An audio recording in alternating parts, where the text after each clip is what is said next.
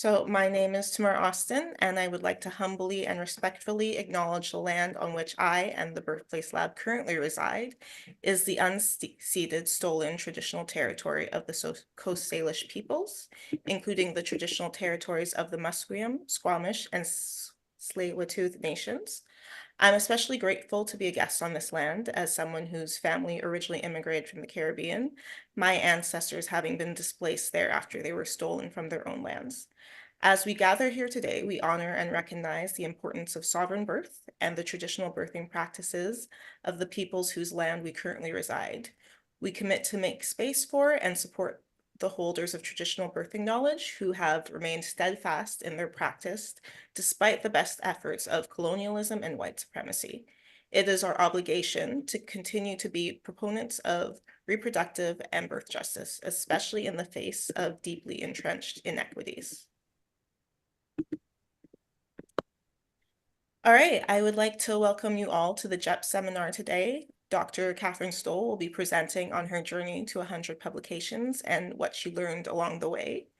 Dr. Stoll has an interdisciplinary background in psychology, family studies, and reproductive health research. She is a founding member of the Birthplace Lab and has co-led the development of several measurement tools that assess the quality of perinatal care from the perspective of service users. She has published about midwifery outcomes, midwifery workforce issues, respectful perinatal care, fear of childbirth, rural perinatal health, and home birth. Dr. Stoll has worked with research teams in Canada, the United States, Australia, South America, and Europe, and enjoys mentoring emerging scholars. She has taught in the European Masters of Midwifery program for several years, was co-editor of the Canadian Journal of Midwifery Research and Practice, and has served as a reviewer for many health journals. Dr. Stoll has been published and reviewing journal articles since 2008, spent 5 years as a journal editor, and helped many graduate students build their CVs. This year, she'll reach 100 peer-reviewed publications and wants to share what she learned along the way. Getting started with building your CV can be daunting. During this session, you'll hear about Dr. Stoll's academic publishing journey, including many tips and strategies for how to build a strong CV, carve out time to write, and address common publishing challenges. She will speak about juggling family life while writing and how to deal with loss of motivation. After the session, attendees will have a better idea of the time required to write, submit, and revise manuscripts, what types of articles are easier versus harder to publish, how to understand what editors and reviewers are looking for, how to decide between different journals, and telling the difference between legitimate versus predatory publishers. This presentation is generally geared towards graduate students and postdocs and will include a 10 to 15-minute question and answer period at the end.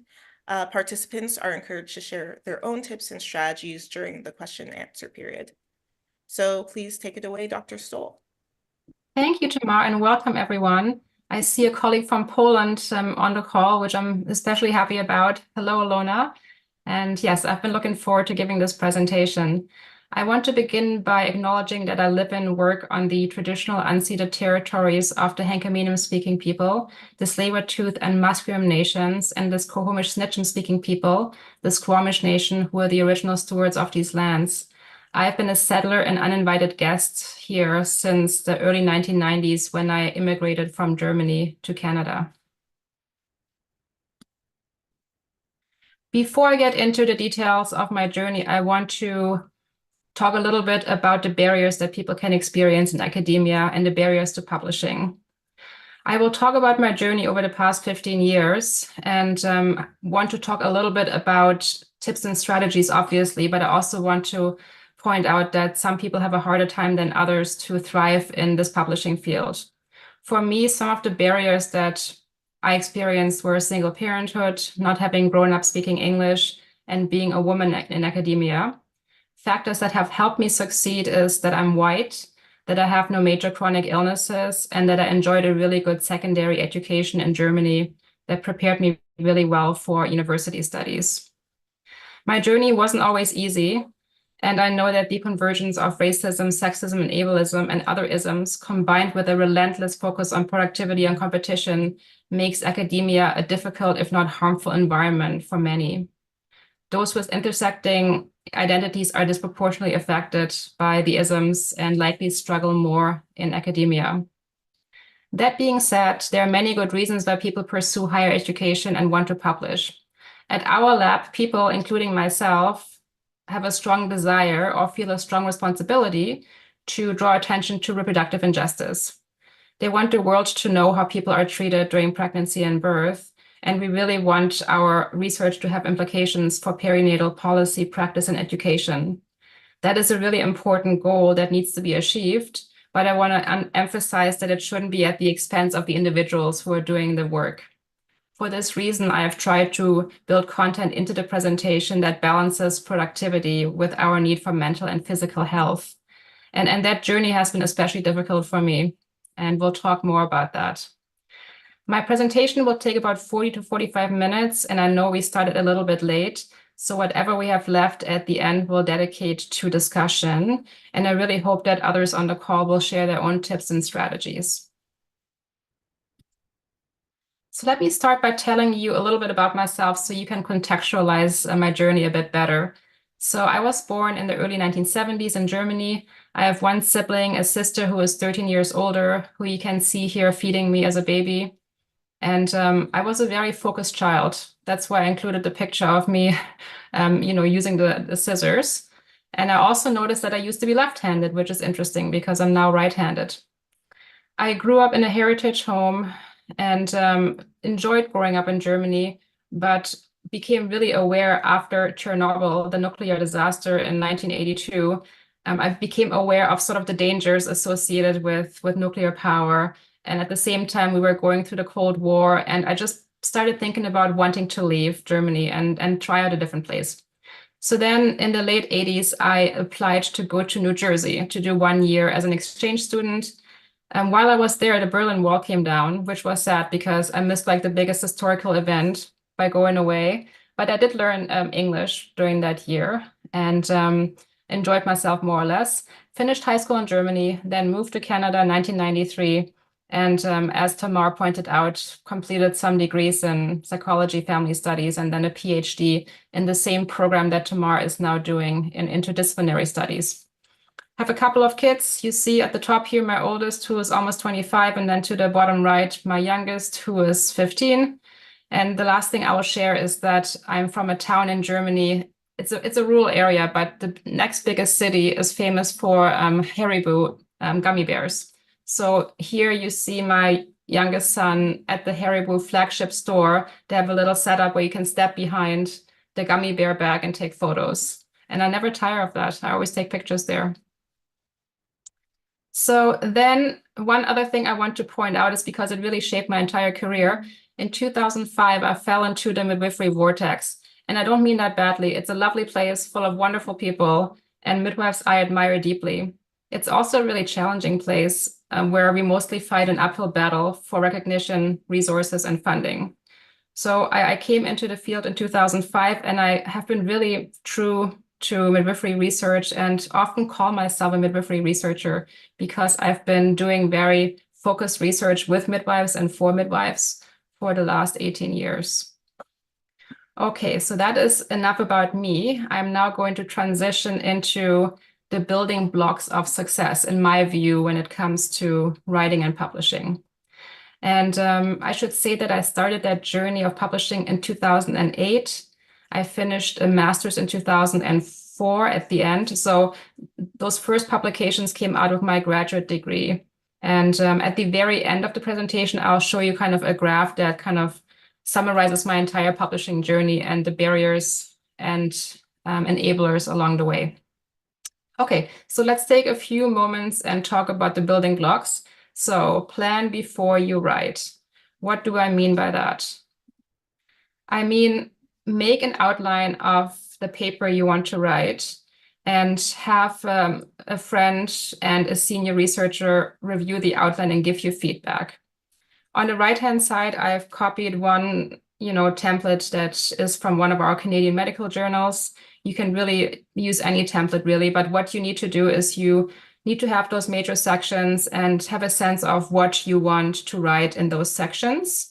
And of course, you always start with your, hypothesis or research question, and you build from there. I feel that when you have that outline, it just makes it less daunting to get started because you're essentially populating different sections of the outline, and I think it helps. It also helps you to stick to a word count. So, my hope is always that I start with a short paper, maybe 2,500 words, because a short paper is easier to write, it's easier to revise, it's easier to publish, and more people will read it. And I've often said that if you have an 8,000 word paper, yes, you can find a place for it, but your options are really limited. And sometimes you can't avoid that if you have a mixed methods study or qualitative study. But if you can, and if you're, publishing quantitative data, especially, I would say, see if you can make an outline and start with 2,500 words. That'll give you the most options. How do you select the right journal? So of course you need to know who is your target audience, which you will basically figure out by answering the question, who should know about these results? Is it clinicians? Is it policymakers? Is it both? And then you go looking for journals. I think there's a website somewhere where you can put your abstract into the box and it will make recommendations. I haven't had a chance to look that up, but you should be able to find it. And once you have looked at the scopes and the readership of the journals, you have a top choice. Maybe you have 3 choices and you know where to submit the journal. You want to submit to open access journals whenever possible, if you have the funds, or if your university has an agreement with publishers where they waive the fee, because those articles will always get cited more. Okay. I just want to really briefly talk about the predatory publishers. I don't really want to go into it too much, but I do want to point you to a website called Think, Check, Submit. They have lots of information about predatory publishers and things to watch out for. And I mean, you've all seen the emails where they're full of spelling mistakes and they're encouraging you to submit an article, but they don't really give you anything in exchange for your open access fee. It's basically, yeah, they're predatory, essentially. Now, it's sometimes difficult to know if it's a predatory journal or not. So there's a Beals list you can check, and I think that is updated fairly recently. And you can read all about the different predatory publishers, but there'll be some in the gray zone. And essentially the ones in the gray zone might be journals they're legitimate, but they just got started or they are underfunded. So they don't have the best policies in place yet. So be careful when you look at those journals. If you need to look carefully to see if they really are predatory or not. And if you're unsure, you can certainly go and read a few articles of the journal and see what you think. The next building block is to include the right people. And I'm going to start with the senior author. I'm assuming here that people are first author on the publication. Maybe it's a publication from your doctorate. And the senior author would be the author who mentors you through the publication, which is especially important with your first 5 to 10 papers. That should be an experienced researcher, academic, or clinician scholar who will be able to support you throughout the process. Ideally, it's somebody you have a really good working relationship with, someone who has a strong publication record in your field, has a good reputation, and who will not take several months to turn over drafts. So, busy people, senior people are often busy people, so you sometimes have to wait a little bit for a draft, but it's really difficult if you wait several weeks to months, which I have experienced during my graduate degree where I would write chapters for my thesis and I loved my supervisor, but they would take a very long time to review chapters. And I was a single parent at the time. So each time I had to register for a semester again and pay, it was a hardship for me. And that's when I realized, how important it is to really have people who can work with you in a timely manner and turn around those drafts of manuscripts. Equally important would be co-authors, which is not so much the case if you publish doctoral work because it's usually a smaller author list. But in general, you want to invite co-authors whom you have a good working relationship with and who bring certain skills or perspective to the work, like perspectives of service users, patient partners, clinical perspectives. Maybe they have data analysis skills that would be really important. or they have content expertise to lend to the project, or even writing and editing skills are really helpful. I've worked on at least one paper where one person did a lot of the editing, and the paper just looked so much better at the end than it would have without that person doing this work. You want to have co-authors, again, who have time to dedicate to the paper and who are detail-oriented and can help you move it along. The other thing to consider here with the team is that you probably will have to manage team dynamics, and the larger the author team, the more difficult that can be. It's also usually more difficult if you have authors from different disciplines because they need to find common ground with their disciplinary perspectives. So you can expect to do a bit more team management with that. You'll have to reconcile potentially different opinions about the direction and content of the manuscript and accommodate different schedules and writing styles. So again, it's a really good idea to develop that paper outline collaboratively, agree on a journal early, and determine people's capacity for working on the paper and how they want to be involved. So if you feel comfortable doing that, see if you can have a conversation about that beforehand, or ask your supervisor to lead that conversation. So this is one of my favorite building blocks. I call it choose the path of least resistance. And basically what that means, don't make extra work for yourself. Myself and many experienced authors have learned that less is often more.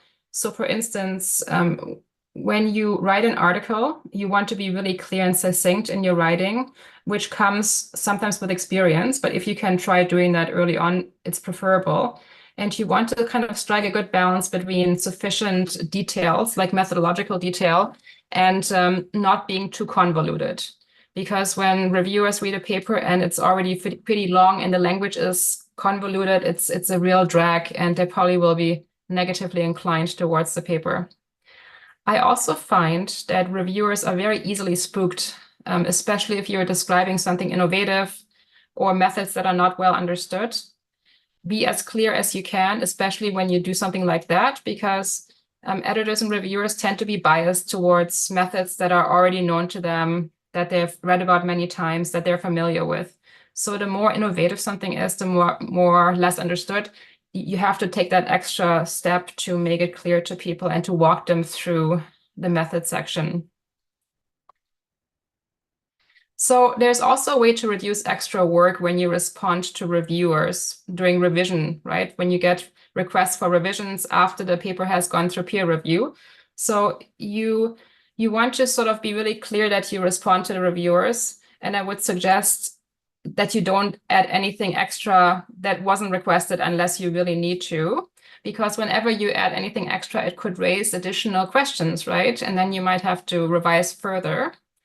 So sometimes, though, a reviewer might not have understood the topic. They didn't really read the paper carefully, and their request is just unreasonable. And in that case, you politely push back and you explain why you didn't make the revision. And one example for that I want to give is that I tried to publish a population level study of midwifery outcomes from BC, which included all of the births for midwives in the province. And one of the reviewers wanted me to take out the home births. But to me, that was the strength of the study, that every birth was included. I wouldn't want to exclude any of the births, because what I wanted to say at the end of the day is that, midwifery outcomes are good at the population level. I did not want to restrict the analysis. So I sort of explained why the home births had to stay in the sample, and ended up having no problems publishing that. The reviewers accepted that. Always be humble and polite in your correspondence with reviewers, even if you don't feel that way. And if they tell you to maybe cite one of their articles or an article in the intro, if you think that's reasonable, I would say do that. And then they can see that you've, used their suggestion. Okay. So I think I covered that a little bit. So with the peer review process, it's not meant to change your paper completely. It's meant to improve the quality of your output. So you can push back, especially if you consider yourself the expert in the field or in this topic, and you just have to explain why. Yeah. So a couple more building blocks gain experience. You gain experience in publishing by accepting invitations to review manuscripts. And that's not usually an option for people until they get their doctorate. But once they do, it is a good idea to do it because the more you do it, the more you learn. It is very time consuming, and I've spent, years and years and weekends over years doing that. And I don't do it as much now, but I definitely reviewed hundreds of papers and really learned a lot during that. I wish, there was a different system for reviewing papers that's not just based on being a volunteer, but right now that's how it works. So it's a lot of time, but also you gain experience. What also helps is working with different teams on publications, because different teams and different senior authors have strengths and weaknesses, different approaches, and it just gives you more of an idea of what people are doing across the board. Reading lots of articles in your field, especially from journals where you plan to submit, is helpful. And I would say that, the first 5 to 10 papers are difficult, but you gain momentum after that. And we'll get more into that a bit later. Very occasionally, I feel that a paper is unpublishable or a project is just not going to work. And there it's good to know when to cut your losses. Like I had a postdoc project that was funded that involved perinatal data. And I knew that it probably wouldn't work out. I spent hundreds of hours on it and eventually had to abandon that project. And I pivoted to something that was more timely and ended up publishing that analysis. So sometimes, you need to cut your losses when it's just too difficult. Or if you believe in the process on the paper, invite more people on the team who can help you push it over the finish line. Okay, be patient. Publishing is a super long process, and during COVID, it has gotten longer. And especially new authors can get frustrated with the whole process. It's a long process. It takes 5 to 10 hours to prepare a manuscript for submission. You don't want to rush this process, especially the details, references. It's important to check that really carefully. It can take more hours if you have to make your data publicly available as part of the submission process. And it's a long process. Making revisions can take a few hours or a few days, depending on how much feedback you get. And sometimes, requires reanalysis of data and adding additional literature. So one of the common challenges in regards to, how long it takes to publish has been that a lot of new authors are not really clear when a paper is ready for submission. And I always feel sad when I see a paper that was submitted too early and gets rejected.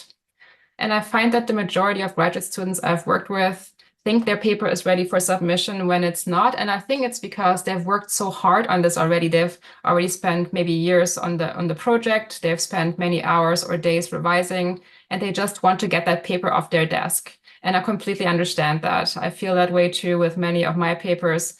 But I wouldn't recommend you submit a paper before it's ready, especially if there's only 1 or 2 journals that you really want to publish in. So when I communicate with students, I usually use the language on the slide. If I say you made an excellent start, that means you're 6 to 8 rounds of editing away from submission.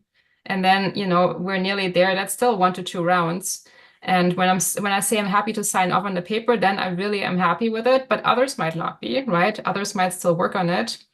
And I think we have to consider that some of the senior authors, they have a reputation to protect, and they don't want, people to think that they haven't appropriately supported a trainee with that publication. So try to be patient. I know it seems like an endless process, but it will pay off in most cases. Another sort of side note on the quality of the peer review.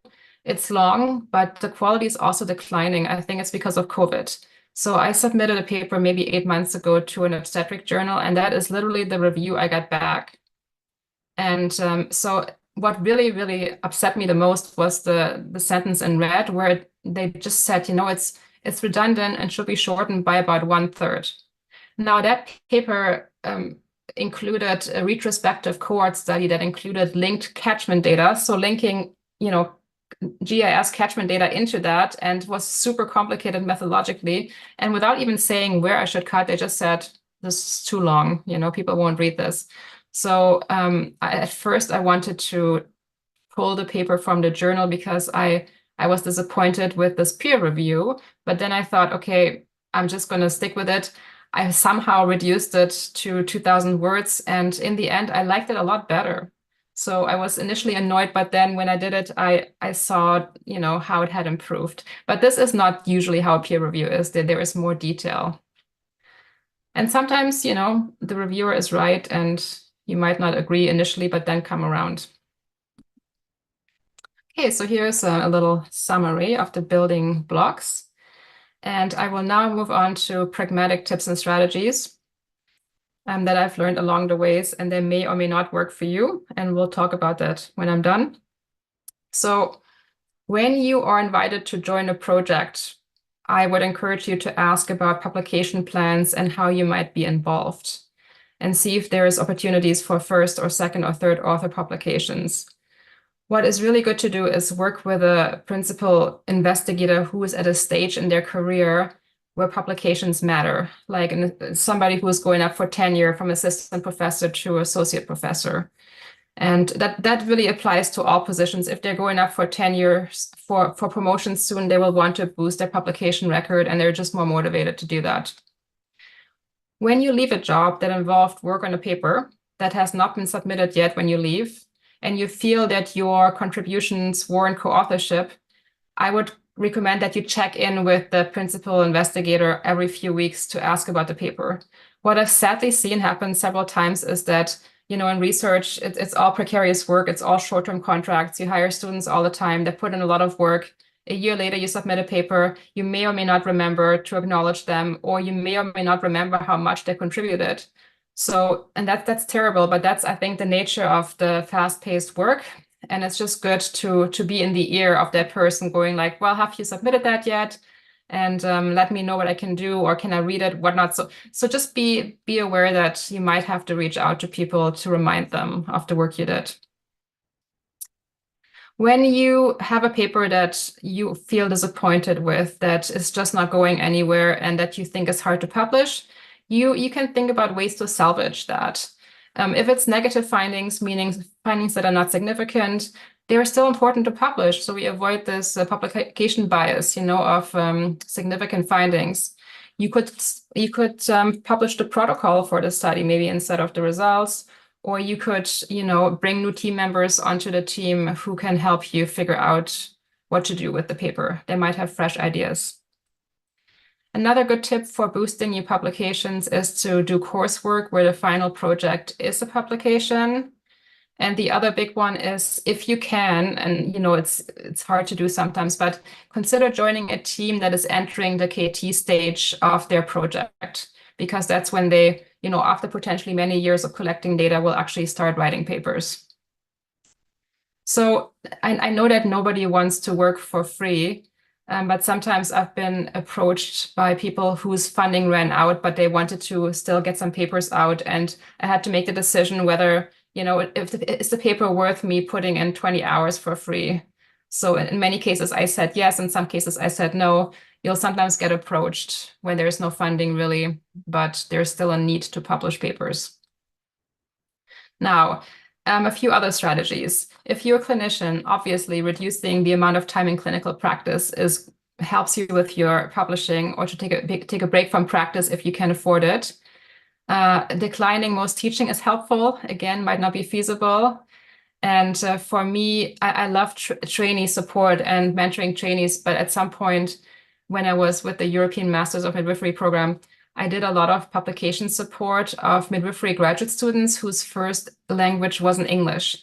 So I didn't just have the scientific task of making sure that the projects and publications were up to par scientifically, but I did a ton of language editing, and it took forever, and it took away all my time to do anything else. And at some point, I just had to stop doing that. As much as I liked doing it, I had to say no to it because it was just too time consuming. Sometimes publishing papers with a smaller group of authors is good because you tend to publish them faster. And yeah, when you do a postdoc or, if you get your first faculty position, it's always good to negotiate some kind of research startup funding and protected time for writing. Now, I wanted to talk a little bit about saying yes and the balance between saying yes and maintaining sanity. So in the top right corner here, I copied the book by Shonda Rhimes, Year of Yes. I haven't read that book, but I copied it here to say, saying yes is not necessarily a bad thing. It can be a good thing, but I think you need to know when kind of there's the tipping point from you being overwhelmed and you can't say yes to joining all the teams and working on all the publications. So see if you can be mindful about when it makes sense to say yes and realize that, there is a critical mass where, you can't really, you have to make some decisions about what to cut out. So, I mean, for many years, I said yes to everything and I got extremely burned out, which, we'll get through towards the end of the publication. And that's how I created this graphic. See if you can find this like sweet spot here. So then what I'm hoping you will do is, you find the sweet spot, you kind of cut down on saying yes, you maintain your sanity, you're still getting publications, and you just find that balance. Okay, we're in the last few slides here. One of my biggest pieces of advice is probably not to put all of your publication eggs into one basket. Because you never know what's going to happen with a team. You never know at what speed people are working or, what other issues might be happening. So, see if you can work with 2 or 3 teams on different publications and projects. And that way you also learn different ways of doing things. And of course, you want to find teams that are productive. Usually you can see that by looking at their website and their publications. And it's also really important to see how many trainees are included in these publications. Sometimes that's indicated by an underline in the citation. So, what kind of articles will get read and cited more than others? Most of that is evidence-based, some of that is anecdotal, but I know it's open access publications for sure. Systematic or scoping reviews, editors love those because it's already a synthesis of the evidence. Mixed method studies, I just saw an article about that. They are cited more often. And randomized control trials and cohort studies are cited more generally. Also, I think that it's articles that describe a poorly understood phenomenon for the first time, like mistreatment of childbearing people in high-income countries. So on the right-hand side here, you see my highest cited publications and the Giving Voice to Mothers study, where we introduced an index to measure mistreatment. It remains the highest cited study for me. And definitely part of that was that it wasn't a well understood phenomenon and people just really gravitated to that paper. Articles describing the development of a measurement tool get cited a lot too, because each time the person uses a tool in their research, that gets cited. And articles that document the efficacy of a model of care medicine procedure. Now, that's just like a few items I wanted to highlight. And of course, you shouldn't necessarily make a decision based on that. I just wanted to point it out that your citations will increase with some of those articles. Now, how do you find time to do research and write? And how do you juggle publishing with other responsibilities? And of course, that's up to everybody. Like, it's very personal, of course. What's helped me is to, work early in the mornings. That's when I'm the most energetic. For some people, it's late at night when everything is quiet and you don't have to do anything else. Or on the weekends is often for me a good time when there's no other work meetings. I also like the idea of pockets of time, which is like little pockets where I feel motivated to write and that are available to me. It might just be a couple of hours, but I sit down and will write on an article. And sometimes there is a choice between 2 things. Like, am I going to cook a big meal? Am I going to work on the paper? And sometimes I choose the paper because that's the lesser of 2 evils at that moment, So I also took some advice from my partner. And, when we're in, let's say we're downstairs and the kids are bickering and I don't think that I can make any positive contribution, I will like quietly back away and go and work on my research, or I'll take the laptop, I'll leave the house and work on my research. So sometimes there's just situations where, maybe this is a good time to sit down, especially if you're motivated to write. And the other thing I would say is there are so many things you have to do on a paper. There's references, there's the intro, there's methods. The hardest part for me is writing the intro. The easiest part is writing the research findings because I'm an analyst and I'm so used to doing that. So maybe save something difficult for you for a time when you have really uninterrupted alone time. And when you are sleep deprived and you still want to work on the paper, maybe work on the references, something that's more menial. There's always something you can do depending on your, how much time you have and how you feel. So what do we do when you get demotivated? At first I said if, but it's not if, it's really when. This happens to everybody. It's just a lot of work. People have many different responsibilities. Publishing takes a long time. So yes, people will get demotivated. It happens to really experienced researchers and novice researchers. And I think the first thing I would suggest here is figure out your career goals and get a good sense about how many publications are really expected of you.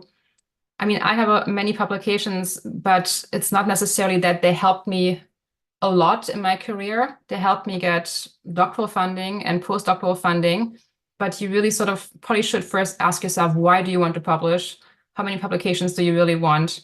And then don't just, publish as much as you can. Just have that be informed by your career goals and see what you need. When you feel demotivated, always take a break. The paper will still be there in a week and 2 and 3 weeks, and you might return to the work refreshed. The other tip would be find mentors that you really value and meet with them, have coffee and talk about your challenges and get some tips from them. And then, like I said before, like I work with how I feel in the moment. Like if I feel I can handle the introspection, I will do that for half a day. If I don't feel very motivated, I'll do something less intensive like references. Yeah, what else? And then I want to hear from you too about your strategies on how you regain motivation. But I think taking a break is key. You need to, walk away from it and come back to it and, make lots of time away from the computer, getting into nature, all of these things. Okay. Oh yeah, and going to conferences. Presenting too much at conferences takes time away from writing, but I feel that going to conferences and other networking events is just a really great way to talk about your research and to find motivation and inspiration from people who do similar work than you. So I will finish now by just a little overview of my journey. So I basically graphed how many publications for each year from 2008 to now. And yeah, so I finished my MA in 2004. So here you see the first publications from that master's degree. Then it dipped a little bit because I started a PhD in 2008, 7, and then had a child in 2008. So here I was kind of busy doing coursework and raising a small child. And, I'm very motivated, but there just wasn't any time to do much. So then I finished my PhD, and here I started teaching in the European Masters of Midwifery program, and that was super time intensive. So I had kind of a little bit of a lull here because I was doing a lot of teaching, but then I was publishing my PhD papers. I published some papers with the European midwifery students, did a postdoc, and then hit a basically like a dead end. In around 2018, 19, I was extremely burned out. I didn't even know why I was publishing. I didn't see the point of it. I was feeling resentful that I was spending all of my weekend time either writing my own papers or reviewing student papers. And then I realized, I need to take a break. Like I usually love writing, but I'm not into it now. And I took some time off and I actively decided to deprioritize publications going forward. And I'm still in that place. I'm not a person who is, looking to publish more. It doesn't help my job prospects because I don't have a tenure track position. So, I will publish what I want and, if it's necessary, but I'm not on that trajectory where I want to publish a lot. However, because I work with so many graduate students and I just joined the Birthplace Lab again, doing a KT phase, right, of a large project, there will be more publications, even if I don't want to prioritize them. So I guess what I'm trying to say is, even if you hit a lull, after a while, this publication thing becomes self-reinforcing, right? Because you work with students and you work on projects, and there will still be publications. And yeah, I don't think you need that many publications. I sometimes don't know why I have so many. I enjoy putting them on my CV, but I also know that I spent hundreds of weekends working on that, and I am in two minds about whether that was worth it sometimes. And that's what I will leave you with.